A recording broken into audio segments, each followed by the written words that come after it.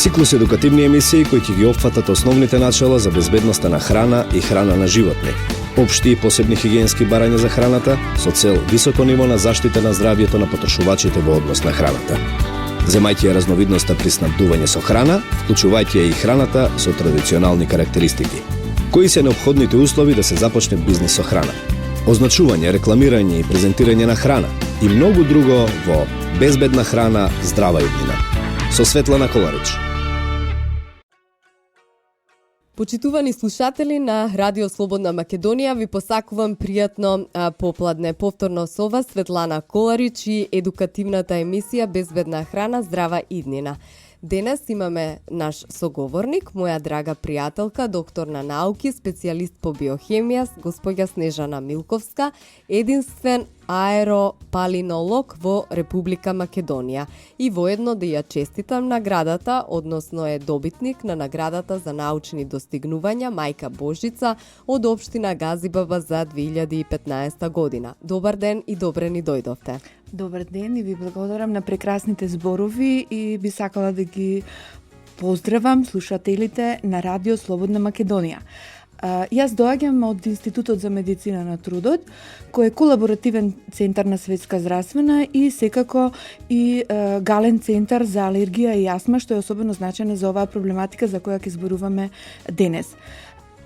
Денес избравме една интересна тема, која што е, да кажам, на голем глас ја бие во светот, во Европа, па и кај нас. Се почесто се зборува за алергија на храна.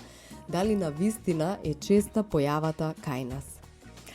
Мора да кажеме дека во последните декади алергиските заболувања бележат значајна растечка тенденција и инциденција во преваленцијата на алергиите, особено алергиите кон полени, а тука секако спаќаат и алергиите на храна.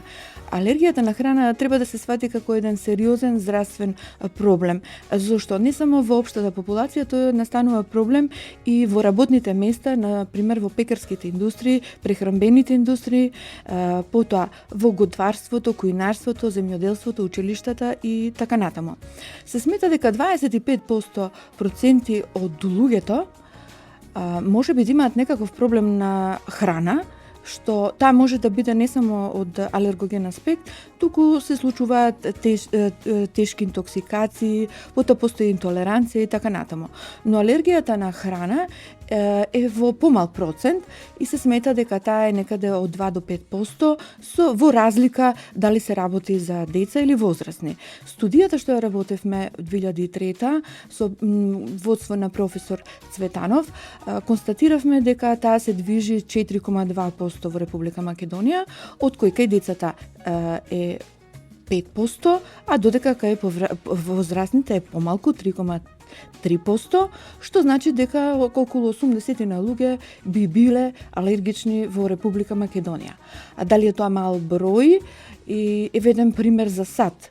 Таму имаме 12 милиони американци кои страдаат од алергија на храна, од кои 30 имаат анафилактична реакција, 150 смртни случаи, што значи тоа не е мала бројка и не треба да се омаловажи. Да се занемарува. Од друга страна спомнавте дека студијата е правена 2003 година и веќе, значи, бројката е од тоа време. Дали е во план правење на нова студија со оглед дека може би бројката е зголемена или пак листата на алергени е зголемена?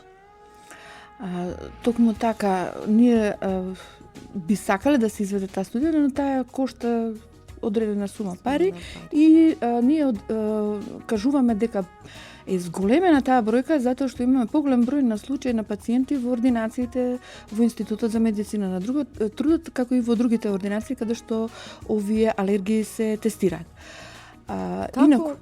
Како можат граѓаните, односно нашите слушатели, да препознаат или да се препознаат себе си дали имаат алергија од храна? Значи, пред се треба да напоменеме што значи алергија на храна. тоа значи дека имаме промена во имунолошкиот систем.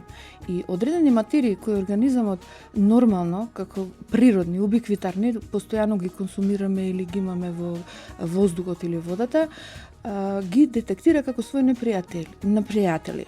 Имунолошкиот систем е механизам кој реагира во случај на вируси, бактерии, и тоа е нормално. Но не е нормално кај овие пациенти што се алергични, самиот организам да го препознава таа состојка од храна како свој непријател и да делува на тој начин.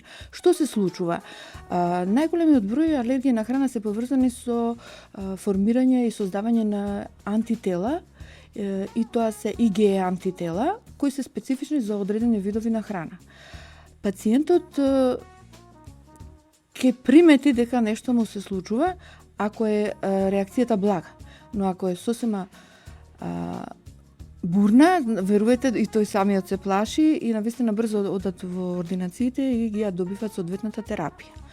За да знаат дали се алергични, тие доаѓаат во одредени алерголошки ординации, како што е и нашата, каде што ординираат 4 доктори специјалисти и дел од нив се и субспецијалисти по алергологија и пулмологија, каде што ние на одредени начини ги осознаваме дали се алергични или не. Што всушност треба да се направи? Прво на самиот пациент се зема соодветна анамнеза, потоа се прават во согласно со состојбата на пациентот, ако е можно, значи дека реакцијата овозможува изработка на кожни тестови или пак покасната прик тестови.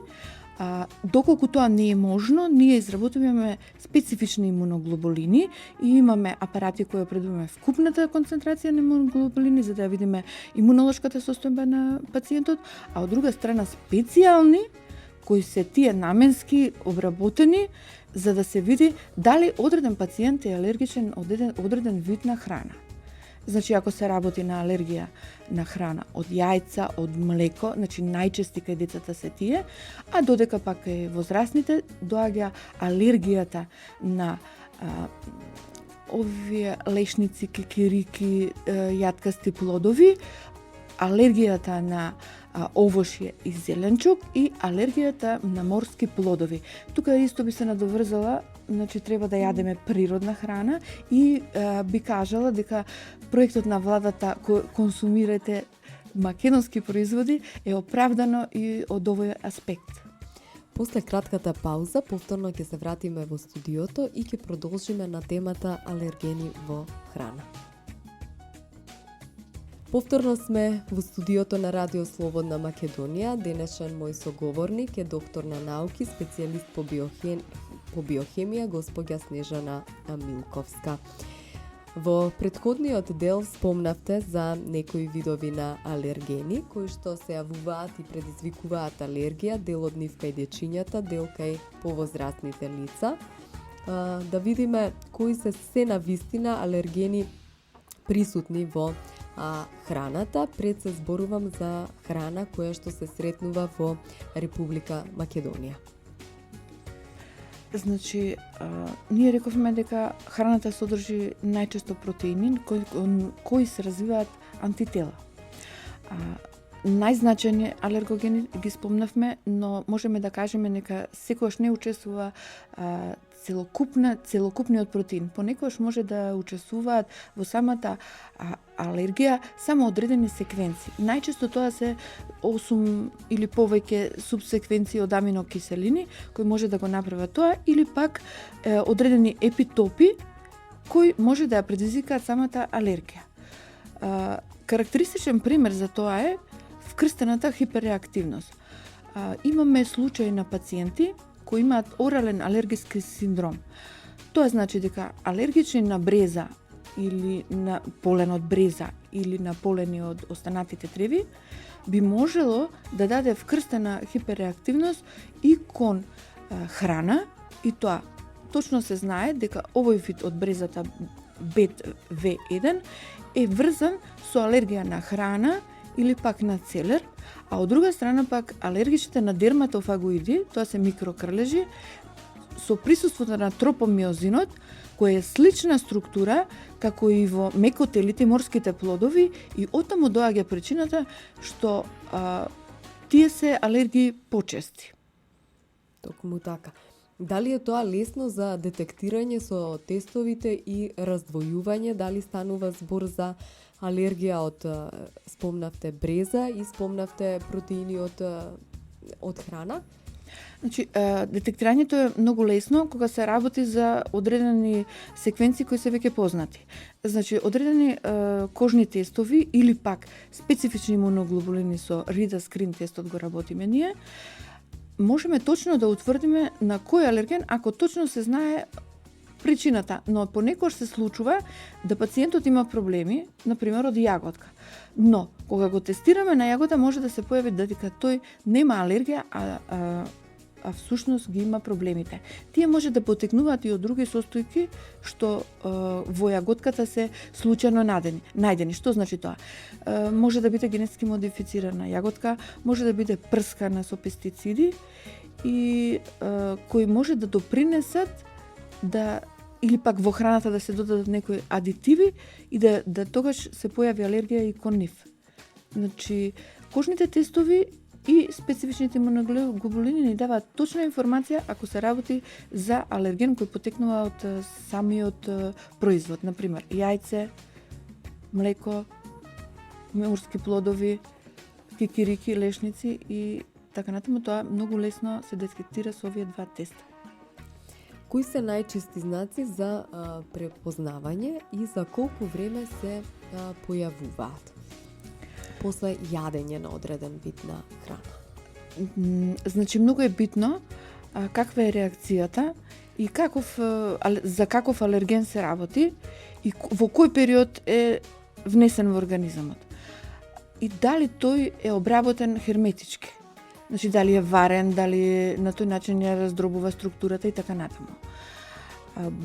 Најлоши се овие реакции брзите кои предизвикуваат ангиоедем и тогаш тие за кратко време со самото внесување на мало количество или па самата инхалација при приготвување на тој производ може да дојде до ангиоедем, значи голем оток, стеснување на дишните патишта и паѓање на крвниот пристисок. На тој начин, значи, рековме дека пациентот брзо ќе го осети тоа и е потребно хитно да се упати до најблиската амбуланта. Кај овие пациенти се препорачува да се дава и епипен да носат со себе, за да можат што побрзо во случај кога веќе ја детектирали и знаат својата алергија. Потоа може да бидат тие покасни реакции кои може да се јават во гастроинтестиналниот тракт со гадење, повраќање и така натаму, или пак да се јават во форма на кожни промени, екземи, црвенила и еритеми. На тој начин самиот организам покажува дека нешто се случува со него и ќе има доволно временски период да тоа се рехабилитира, да се даде навремена терапија и пациентот да одредиме на кој алерген е алергичен, за да понатака си ги превземе понатамошните потребни препарати. Од листата на алергени, дали можеме да одвоиме одреден вид на храна, алерген, која што предизвикува, односно ги прави најбурните реакции, кои што, не дај Боже, може да доведат за кратко време до смрт? Значи, едно од овие што ги напоменавме случаи смртни се од кикирики и лешници. Потоа може да биде исто така и од морски плодови. Јаготките исто така може да дадат бурна реакција. Останатите се по-слаби реакции. Ги спомнавме јаготки кои што се третирани со пестициди и јаготки може би добиени со генетски модификувани организми. Дали тоа значи дека пестицидот дополнително ја прави јаготката да биде како да се изразам, храна која што предизвикува бурна алергиска реакција, за разлика од јаготка која што не е третирана со пестициди, или пак или од друга страна имаме јаготка која што е по природен пат добиена и јаготка како генетски модификуван организам. Зошто е тоа така? Зошто се постои вкрстена хиперреактивност. Алергенот се ја појачува, значи внесуваме повеќе алергени и на тој начин организмот побурно реагира. Значи имаме имуноглобулини кон одреден еден тип, значи на јаготка, имаме кон пестицид, имаме кон генетски модифициран и на тој начин сите тие имуноглобулини одеднаш реагираат и даваат побурна реакција. Сме имале случаи да детето кое случајно каснало обична јаготка немало реакција, но кога од пазар зело тие крупните, повторно се појавува реакцијата. Или пак имало случаи кога на кикирика бил алергичен, а всушност се констатира дека кон кикириката не е толку алергичен, но кон палминото улје со кое е пражено. Значи, адитивите и дотатоците се многу поопасни понекогаш од самата состојка на протеинот. Ќе продолжиме со темата после кратка пауза.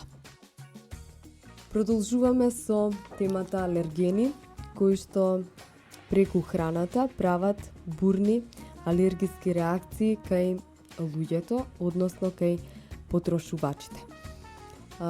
Доктор Милковска, дали може на одредена храна да сме алергични, а потоа не? И како треба да определиме дека сме алергични? Дали секогаш тоа мора да го направиме преку алерголошки тест? Значи, што ми имаме проблеми кон храната, треба да се обратиме до одредена алерголошка амбуланта која ќе ги изврши тие тестирања. Многу е подобро навремено лекување затоа што настануваат промени во самиот гастроинтестинален тракт. Од друга страна, понекогаш децата, малите деца кои се алергични на млеко и кои се алергични на јајца, после првата година 25% ја надминуваат оваа алергија и плюс 25% наредните 2 години. Значи за 3 години тие повеќе 50 скоро посто ги надминуваат овие алергии. Но не значи дека нема да се јави кон друг тип на алергија или нема да се јави алергија како алергиски ринитис, астма и така натаму, бидејќи постои еден алергиски марш кој ги зафаќа децата, например, алергијата на храна почнува прва и затоа се препорачува доење до година дена каде имунолошкиот систем на детето почнува да се оформува и е подобро во тој период да мајката го дои своето дете за да не се внесуваат дополнителни алергени. Дали може да се јави алергија кај бебињата кои што цицаат преку алергени добиени од мајчиното млеко, преку исхраната на мајката? Така, има неколку случаи, особено беше изразен случај од алергијата од јаготка. Мајката јаде јаготки, она се чеше и бебето се чеше. Така. Од Значи, 6 месеци, 7, значи тоа веќе го добило тој алерген и истите симптоми како мајката ги пројавува и детето. Тоа не значи дека е секојаш така, затоа што доколку не е алергичен некој, обично алергиите од двата родителя ако не се алергични, може да се појави, општо зборуваме за алергијата, од 15 до 20%, додека ако се едниот родител може да се појави до 25 до 30%, а двата родителя дури 75% е сигурно дека децата би 75% од децата би имале алергија. Тоа значи дека алергијата е од 4 наследна. деца 3 ќе имат алергија. Да. Да. Убиквитарна наследна. А зошто бројката на осетливи луѓе се повеќе и повеќе се покачува, односно е во нагорна линија? Значи, првото е тоа што го спомнавме, наследноста. Второ е затоа што консумираме секогаш производи кои не се природни и како што рековме, ние користиме медитерански плодови, морски плодови и така натаму, на кои нашиот организам не е навикнат. А трето доаѓаат загадувањата. Тука не само на храната, тука имаме загадување и на почвата, и на воздухот, и на водата, кои секако од своја страна доведуваат до развој на поголем процент на луѓе алергични. Значи, секоја година бројот на луѓето што се алергични расте. Еве да кажеме дека сме алергични на одреден вид на храна. дали единствена превенција е да не ја јадеме таа храна или пак постојат начини како ние би се, да кажем, излекувале и би можеле повторно да ја консумираме храната која што ни предизвикува алергија. Доколку сме алергични, значи извесен период храната не смеме да ја консумираме, затоа што добиваме реакции во зависност од тоа дали се бурни или не. После извесен период од неколку години може со мали количества или па тоа се препорачува на запад да се поиде да се во болнички установи да се дава во мали концентрации, за да се види како организамот ќе делува. Ако се изеде големо количество, реакцијата ќе биде побурна. Ако се изеде во мали количества, значи реакцијата ќе биде послаба. На тој начин се тестира самиот организам дали е веќе подготвен да ја прими таа храна. Но се случува да известни 5-10 години да особата може слободно да јаде таа храна. Рековме и кај малите деца, 50% се повлекува. Неодамно читав една студија, која што може би сакала да ја поделам со слушателите и со вас, дека на цена и веќе Европа размислува во донесување на регулатива за користење на млеко од магарица. Може би нели ќе биде интересна и смешна тема, но се вели дека магарешкото млеко е приближно слично со мајчиното млеко, пред се кај дечиња кај кои што нели лактозата се јавува како алерген, а магарешкото млеко ја има во многу помала концентрација и за сметка да не се заменува млеко од нели со друг вид на млеко или да не се користи, како да кажам, растително сојно млеко, може да се користи млеко од магарица и веќе ова се практикува како еден пробен пилот проект во Италија. Не знам дали сте слушнале за ова. Значи најблиско е до мајчиното млеко, но не ги знам дали до реакциите на самите бебиња какви биле. Инаку се препорачува во покасна возраст и козјото млеко. Направени се многу голем број студии, каде што козјото млеко се смета дека го појачува имунитетот на детето. На тој начин тоа се изборува во борба не само кон млекото и кон останатите алергени. Така. Инаку, во Европа дефинитивно се донесе една законска регулатива која што стапи на сила сега во ноември 2015 година, пред се во начинот на означување на храна, односно зборуваме за алергени, означување на алергените во храна, каде што задолжително на сите декларации на готовата произведена храна мора задолжително да се наведат алергените и да се потенцираат, да се болдираат или да се напишат со поголеми букви и да се назначат дека се алергени. А исто така законската регулатива се применува кај сите оние подготвени храни во кујните, пред се кујните во рестораните, кујните во болниците, кујните во училиштата, кујните во градинките. Ние бидејќи сме во од со европската регулатива, исто така и во законот за безбедност на храна со последната дополна и измена, значи задолжени се нашите оператори со храна, сите оние кои што произведуваат, пакуваат, манипулираат со храна, да ги наведат алергените. Може би е интересен фактот да кон самите слушатели дека веќе и сите ресторани треба да го изберат начинот на кој што ќе го известат потрошувачот дали во менито има содржина од одреден вид на алергени. Тоа можат да го направат преку истакнување на листата алергени на едно видливо место во ресторанот, на местото каде што се послужува храна, или пак да го стават во прилог на менито. Тоа е можеби еден добар податок кој што е сепак во една насока на превенција пред се кај сите оние потрошувачи кои што имаат кои што имаат, да кажаме, недостаток во нивниот дел, дека не можат да консумираат одреден вид на храна, односно имаат проблем со храна.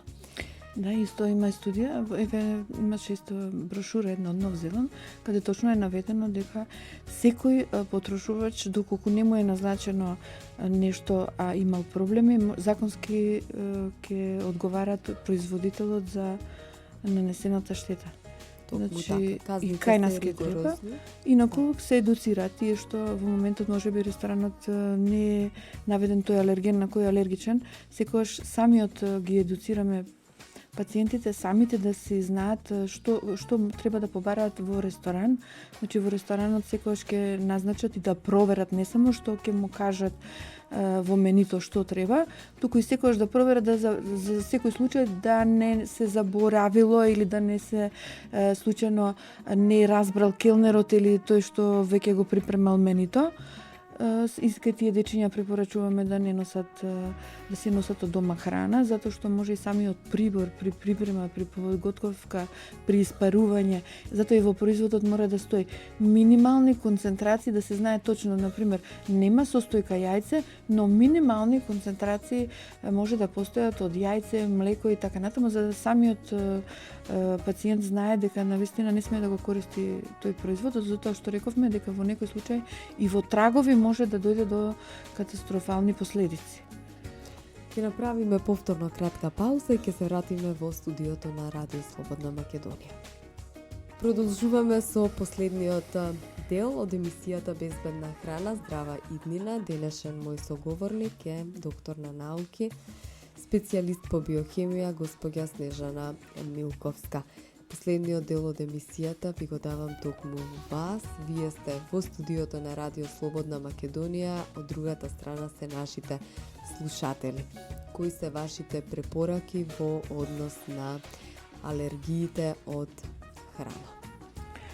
Значи, ние правевме голем број на брошури, правевме голем број на емисии, самиот институт припреми 5 емисии во однос на алергиите, со цел да се намали преваленцата и инциденцата и на нашите слушатели и гледачи да им дадеме информации што значат всушност алергиите, на кој начин тие да се заштитат.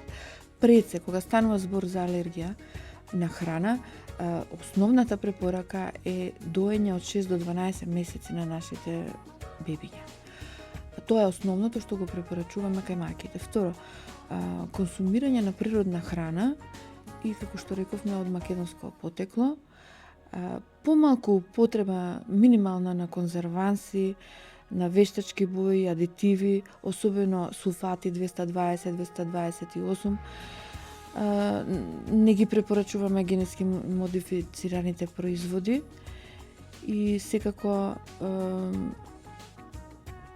препораките се и во однос на што повеќе време да посветуваме во природа, каде што загаденоста е помала.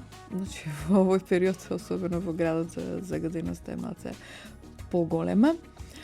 И на тој начин имаме и одредени препораки кон пациентите што се алергични на храна, значи самите мора да внимаваат, сами да ги читаат етикетите, да купуваат безбедна храна, да ги кажавме сега симптомите, да ги препознаваат за да знаат дека станува збор за алергија, доколку се алергични, ако се работи за мало дете, би било препорачливо да има некоја брезлетна или нешто, некое писмо во джепчето дека е алергично. Психолошка поддршка да се дава на тие, да се охрабруваат, да не го кријат својот недостаток. Тоа не е недостаток, туку е потреба проблем. Да имаат посебна исхрана во однос на другите, да не се срамат од тоа. Во здравствените книшки се пишува доколку си алергичен на одреден лек. Дали сметате дека можеби е добро во здравствените книшки да стои дека одредени луѓе се алергични на некој вид на храна или пак на некој, да кажам, друг вид на брошура? Веќе здравствени книшки немаме, веќе имаме и електронски картици. Можеби е добро во самата електронска евиденција да се води како податок, со што можеби полесно вие би, како да кажам, црпеле докази за да правите понатамошни студии кои што би ни помогнале во превенција.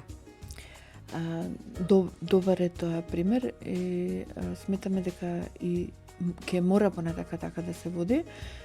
Сега владата го поддржува Министерството електронското водење и тука веќе ќе има податоци не само за храната, обично кај малите дечиња имаме и на основа на булјони, на алергија на јајца, па се носат во клиниката и таму се под надзор се даваат тие одредени вакцини, но секако би требало да стои и останатите алергени, затоа што ќе има увид тој докторот дека можеби веднаш ќе примети дека, како што рековме, постои вкрстена хиперреактивност, тогаш ќе може да има предвид дека тоа дете брзо ќе може да манифестира алергија кон пеницилин или лекови или така натаму, но тоа нашите педиатри го правеат со картоните и сега со електронското ќе им биде овозможено уште побрзо да го направат тоа. Кога ве најави во емисијата, кажав единствен аеропалинолог. Што значи самиот назив и дали нема наследник, нема втора? Обучуваме сега, но јас се уште го водам тој дел, бидејќи тој е специфичен дел. Што значи аеропалинологија? Ја определуваме концентрацијата основно на поленот и останатите други алергени во воздухот. Обуката ја имам правено во Бугарија и затоа сметам дека сум единствен, затоа што морав да учам во друга држава. Инаку сега сме вклучени во проектот за контрола на амброзијата, менеджирање во Европа. И тука сме вклучени околу 64 земји и воедно следиме концентрацијата, даваме информации, трудови, полен мапи и така натаму. Доскоро имавме и концентрацијата на поленот во воздухот на веб страницата на градот и сметаме дека и наредна година ќе продолжиме, иако оваа година имавме пауза. Тоа е една макотрпна работа, затоа ми требаше екипа, сега во моментот ја формираме и сметам дека ќе продолжиме со таа работа, затоа што тоа значи дека траките се прават, па се прават предметни стакла, па се бојат, па се компјутеризираат и од тоа се изведуваат податоци кои биде адекватни за пациентите да знаат поленот во кои концентрации, на тој начин ќе ги избегнуваат и тој дел спаѓа во намалување на преваленцата на алергии, особено за алергискиот ринитисот и астмата. Овие симптоми, рековме, алергиски ринитис и астма може да се појават и при симптомите на алергија на храна. Алергиите се во подем, дефинитивно, тоа го кажува и бројката во Република Македонија и бројката во Европа и во светот. Дали сметате дека имаме доволно кадар во Република Македонија кој што ќе се справи да направи превенција и лекување на луѓето? Да, затоа што ние сме мала држава и ги користиме податоците и информациите во светот. Значи, ние не мора да ги правиме експериментите што ги прават, туку ги користиме само нивните бенефити. Што од нас не е потребно од тие проекти знаења. Инаку, како што рековме, нели, нашиве специализираат, одат во странство, субспециализации прават, интернетот е достапен, гален центар сме, разменуваме искуства, учествуваме во проекти, наши сознанија се вградуваат во европската база на податоци, исто како и полените, така да мислам дека супер работа за алерголозите во Република Македонија. Во однос на храната, докторка, после дискусијата, јас сепак можам да излезам, нема да ми се налутите, со моја препорака до слушателите на Радио Слободна Македонија. Консумирате нашата автентична македонска храна, добиена од нашата почва, затоа што се уште сметам дека ние немаме генетски модифицирани организми, користиме пестициди, но и тие пестициди сметам дека се уште можеби не ги користиме во на голема мера како што тоа го прават европските држави. Да се вратиме на нашите ниви и нашите бавчи, на нашите пазари, каде што можеме да најдеме суровина од која што ќе произлезе еден добар оброк, кој што нема да ни предизвика алергија. Во секој случај, јас Ви благодарам за денешното гостување во емисијата Безбедна храна, здрава иднина и се надевам дека пријатно се чувствувавте во студиото на Радио Слободна Македонија. Да, ви благодарам и вас и вие сте прекрасен водител и секако поздрав до сите гледачи и ви благодарам што овие информации Така. Трговско радио дифузно друштво, Радио Слободна Македонија, уредник и водител на емисијата Светлана Коларич. Денес е 15 ноември 2015 година. Продукција Радио Слободна Македонија. До слушање до следната недела. Пријатно попладне. Циклус едукативни емисии кои ќе ги опфатат основните начала за безбедноста на храна и храна на животни. Општи и посебни хигиенски барања за храната со цел високо ниво на заштита на здравјето на потрошувачите во однос на храната. Земајќи ја разновидноста при снабдување со храна, вклучувајќи ја и храната со традиционални карактеристики. Кои се неопходните услови да се започне бизнис со храна? Означување, рекламирање и презентирање на храна и многу друго во Безбедна храна, здрава иднина. Со Светлана Коларич.